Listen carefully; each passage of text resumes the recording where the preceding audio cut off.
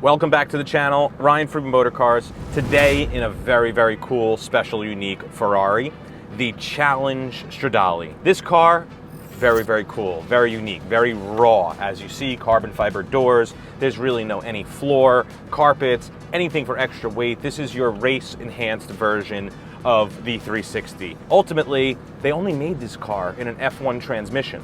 And what you recently saw is Shmee 150, cheers! He actually came to our showroom and had to take a test drive in what we did as the converted Challenge Stradale. This car, like I said, never made in a manual transmission, kind of like the forbidden thing to do, but a lot of people are swapping cars these days, the transmissions. In the regular 430, I wouldn't buy any switched gearbox in that model, only factory ones, because they did make factory ones, and mixing them up is a little, I don't know, it's not our market directly. But when you do something that's never been done before, it's really like you're going against the Italians. Don't get me in trouble or anything, but I mean, right here you see a 360 Challenge Stradale with a gated gearbox. Now, this car being only in the $200,000-$300,000 range, you almost feel like you're in a baby F50. So let's take this car out for a ride so you really can get a feel for it.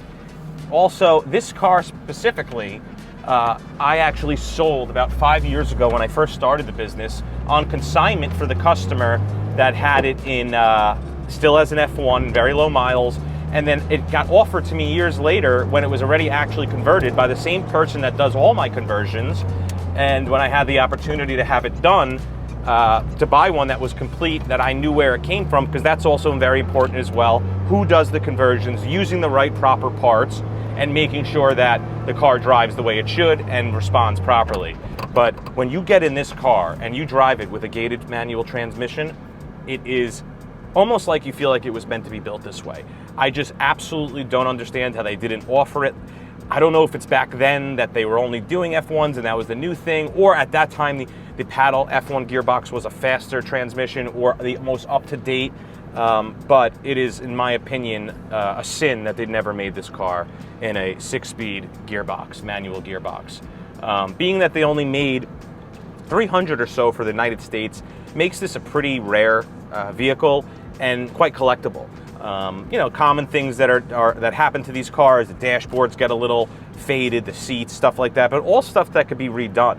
And being that it's in an affordable price point relatively compared to what other cars and unique, rare, special cars are going for, here we go, here we go.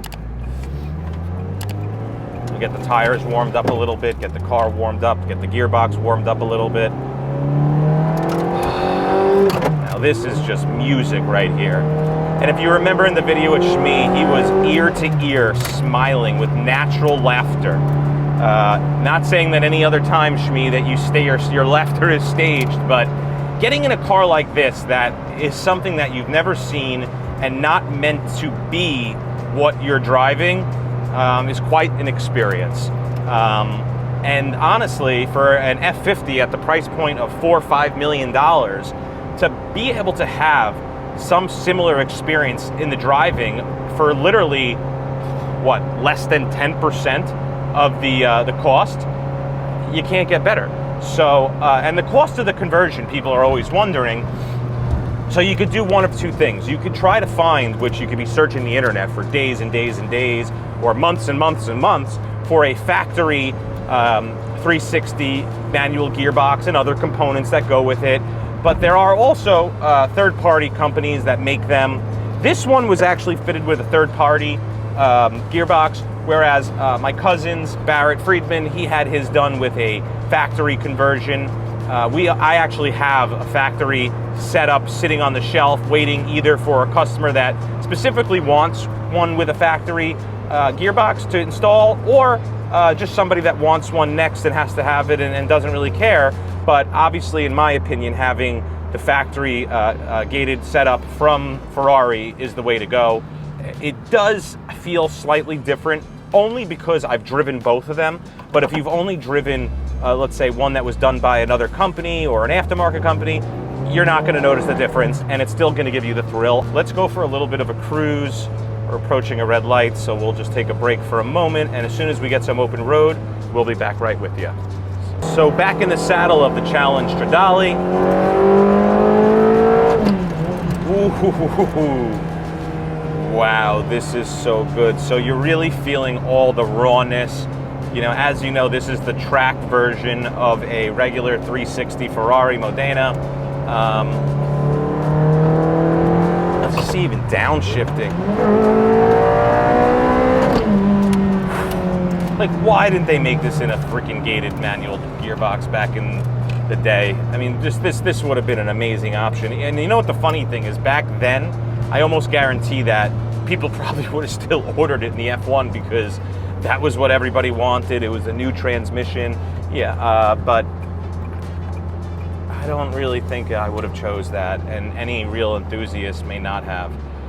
Similar to when the 430s came out, the reason why they're so limited in a manual transmission is such 250 or so or 300 is simply because the manual F1 was the new gearbox for the 430, and it was much more recommended, to be honest, by a lot of dealers, saying the value would be held better and stuff like that, and it's the new kid on the block. And similar to 997.2 manual turbos, a lot of people ordered the PDK version because that was the new thing out then. But nothing changes you just being able to shift the gears, go around the turns, drive the car like it's meant to be.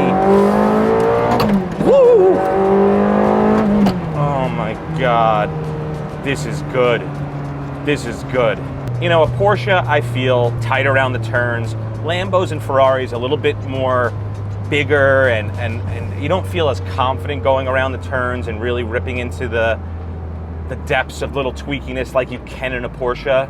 This car, I feel light. Like just now, even going slow, I felt like the back came out a little bit. This car is exhilarating. And you won't even get the same experience unless you really had a modified 360 Modena. And the fact that people didn't even do this back then, I think more so because everyone thought since they were so limited, they were very collectible and there'll be a big future for them, which is very true, and to keep it the way it was built from the factory. But here's the really big question. The cost factor to do this is obviously more. Does that now make the car worth more or worth less? What we've seen in the 430s is that there's like a middle ground. So a real stick shift will be up here, an F1 will be here, and the Fugazis will be right in the middle.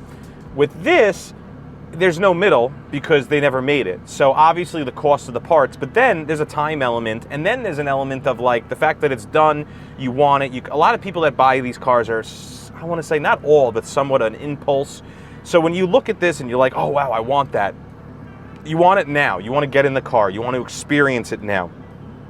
Do you really want to wait a month or two to find the parts and put it together and get everything going? And by then your thoughts process may change, but if you're really a true collector and want one of these cars, maybe it is worth the wait. It is worth the wait.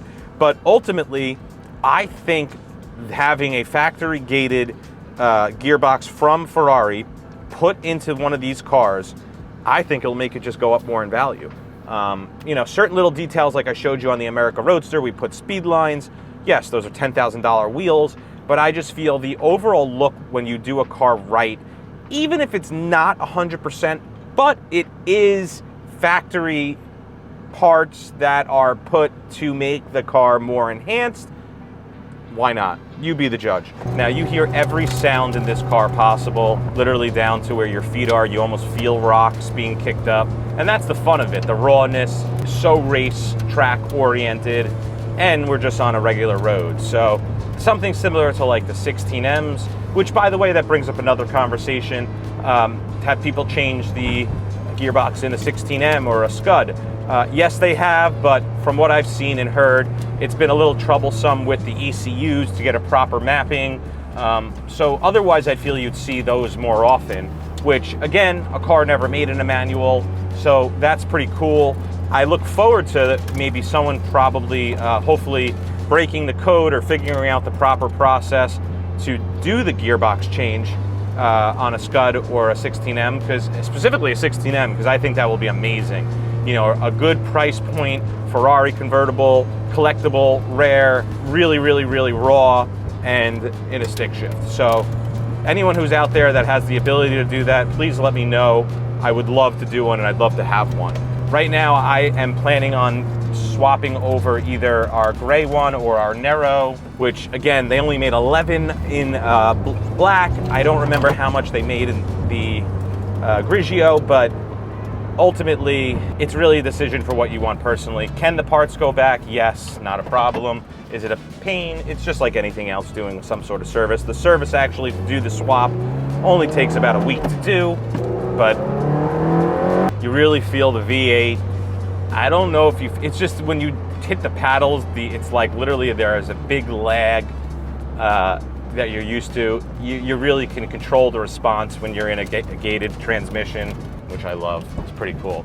But let's do a little walk around now and show the car and show you what, you know, it looks like from the outside, which is no different than any other, but still one of my favorite cars, which we currently have 6 in inventory at the moment. And yeah, reach out if you have any questions. Let's go take a walk around and see what this car looks like. So here we are back with one of my favorite Ferraris. Like I said, the Challenge Stradale.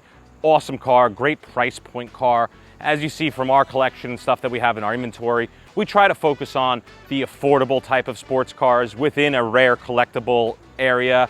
Yeah, anybody can go buy a $2 million car, but this is a lot of car for the money. It does a lot of those things that you would want that a very expensive car would do.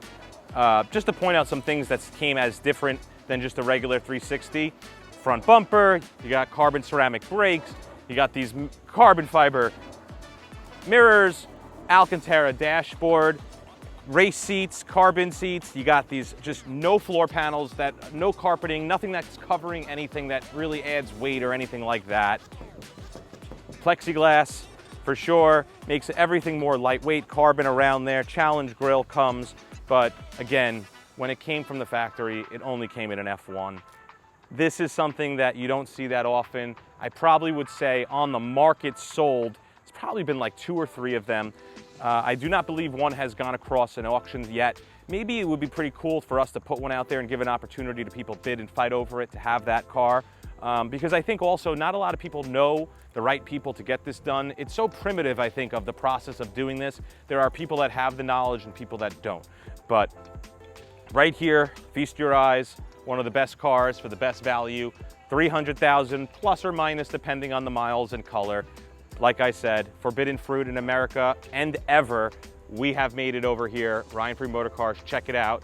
We'll do a little walk around of the car so you see more details of it. But until next time, I hope you enjoyed the ride. See you soon. RyanFreeMotorcars.com. Check out for your latest Porsches, Ferraris, and all rare sports cars. We have it. If we don't, we will find it.